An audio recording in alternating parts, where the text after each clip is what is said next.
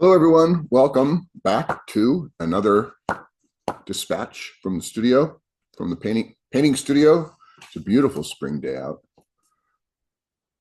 Makes me want to get outside. Of course, I should. Maybe go for a walk, another walk. I'll walk in the morning, early. It's lovely, cold, but lovely. And before I read something, if any of you are in town, Boulder, Colorado, April 4th, Friday. It's first Friday here. And if you don't know, there's going to be an opening for a student works exhibition celebrating 15 years of the painting project, my teaching here in Boulder, 15 years. So this is our first gathering of student work to exhibit. It's very exciting. I'll put some work in as well. Be fun. Food trucks, live music. I mean, that's just because what they do. It's not like we're just there. Anyway, it'll be great. So yeah, Friday, April 4th. Fun. Yeah, so I brought something to read here. The drawings of Richard Diebenkorn by John Elderfield. It was an exhibition that I had the good fortune to see back in MoMA. Maybe early 90s, maybe, right? 1990, something like that. And I bought the catalog, and, you know, it was one of those catalogs. It is one of those catalogs, like, yeah, I should read that sometime. You know, you just kind of look at the pictures like forever. And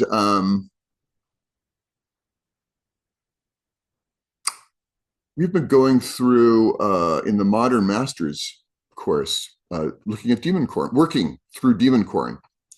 And I had a little bit of time in one of my classes, and I was, thought, well, let's see what John Elderfield has to say. I mean, he writes beautifully. I just never read this. And it turns out this is good too. I thought, oh, I should read this for a dispatch. So that's what I'm doing. And I guess I'd like to say as well, there's something about what he's saying about drawing and the relationship, the relationship that Diebenkorn has between his drawing and his painting that I just feel close to. I think of Matisse that way too. Maybe de Kooning that way too. Like drawing is an important, for me, for sure, drawing is huge in terms of my painting practice. It's always led my painting. And then the way I paint and the way I use paint, the way it comes out of my drawing. You know, I do stuff in drawing and it's like, oh, how does that work in paint? Anyway, okay. The drawings of Richard Diebenkorn. It's a lot of essay. I'm going to read a few pages. Maybe we'll see what kind of time we have here. I don't even know. Okay. Thinking in drawing. That's one. She's starting. Number one, thinking in drawing. Drawing has the reputation of being the most spontaneous of the visual arts. Diebenkorn of being the most deliberate of our major contemporary artists. Neither reputation is undeserved. But it is nevertheless true that drawing is central to Diebenkorn's achievement. When we talk of drawing as spontaneous, we refer not only to the sense of immediacy produced by the finest drawings, but also to how a drawing's very identity presents itself to us, to an extent beyond that of any other work of visual art, as the direct record of the movement of the artist's hand. A drawing is intrinsically the record of movement in time. Hence, it can indeed be more purely impulsive than any other work of visual art, unless another such work partakes of drawing as its very structure. More often, of course, a drawing comprises a network of recorded movements, which tend usually to slow in their accumulation. And our appreciation of a drawing like this requires that we retrace these movements, their duration and their accumulation, from the evidence they have left behind, just like a Diebenkorn. In 1974, I had occasion to ask Diebenkorn to contribute a short statement about his work. His response was this: when a picture is right and complete, there is a cumulative excitement in the sequential encounters with the parts until the work is completely, or as completely as possible, experienced. The pitch of right response mounts if the chain isn't broken to an extreme and often physical sympathy with the presentation. Rereading this, I am struck by its pertinence to the experience of drawings. Also by the fact that Diebenkorn writes as an observer of his art, almost as if he were its critic, not its creator. He tells of his work as a temporal experience, and he looks back on it to do so. And he tells of, at least of the possibility of, complete experience and right response to his work, thereby revealing his concern that the observer, in this case himself, and inevitably always himself, experience what he intended. This is perhaps the most important of the reasons why drawing is so crucial to Diebenkorn's art. It allows him access to what he intended.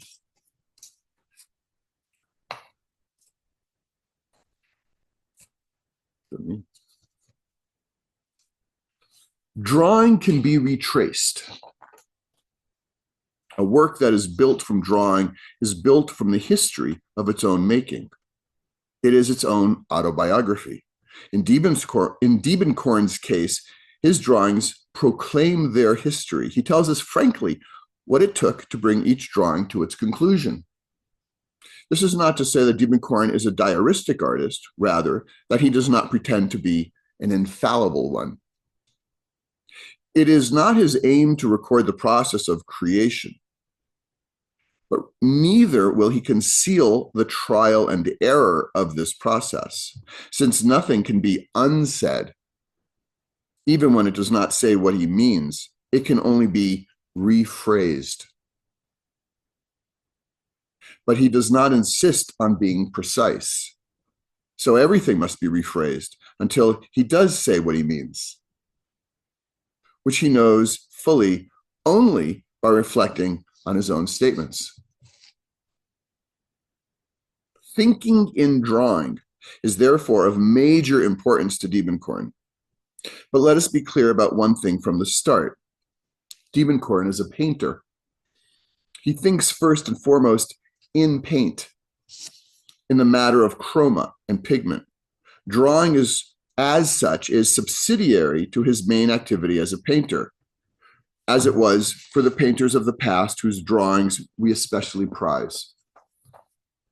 However, as with many of those painters, his thinking in paint includes thinking in drawing to an important extent. By this, I mean not only that he paints in line as well as area. It's interesting, he uses the word area instead of shape. Oh, area. By this, I mean not only that he paints in line as well as area, or that when he puts down the brush and picks up charcoal to draw on the canvas, such drawing is included in the activity of painting. Not painting or drawing, but looking and pondering is also included. More crucially, the activity of painting is what sustains the activity. More crucially, the activity of drawing is what sustains the activity of painting by forming a contrast and complement to the spreading of areas of paint. That's a good one.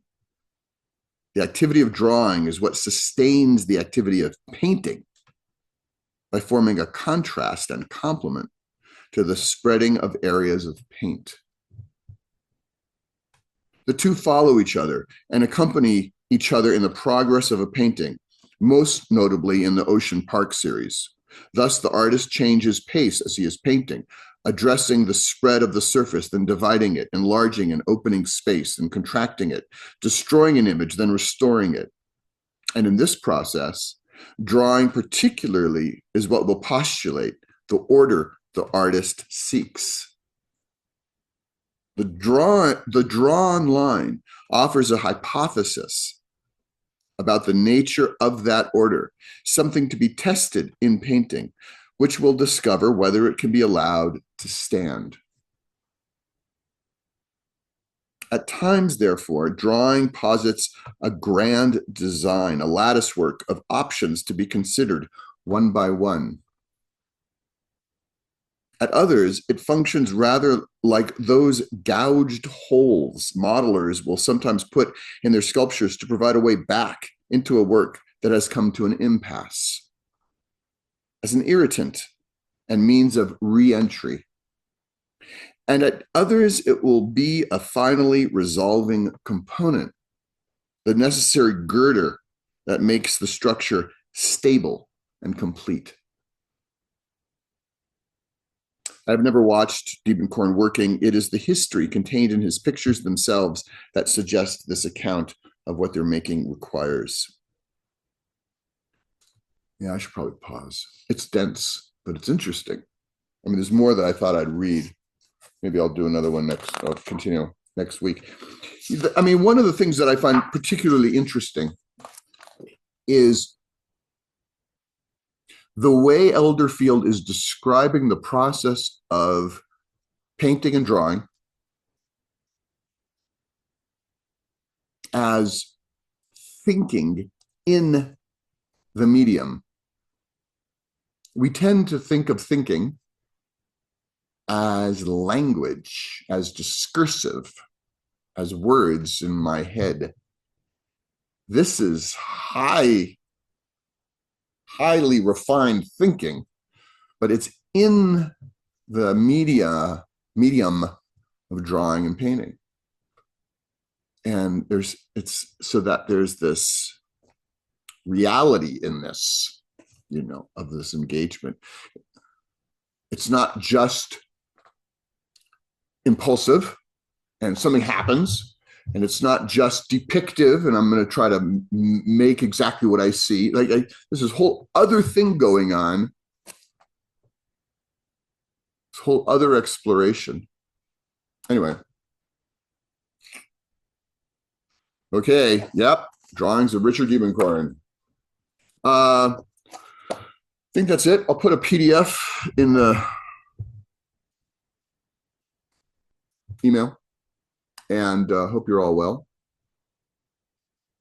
It's not that things have slowed down. Of course, they haven't. It's all pretty wild. But maybe it's just because it's a sunny day. I don't know. Maybe I got more sleep last night, which I didn't. Anyway, okay, be well, and I'll get this out there. Take care. Bye-bye.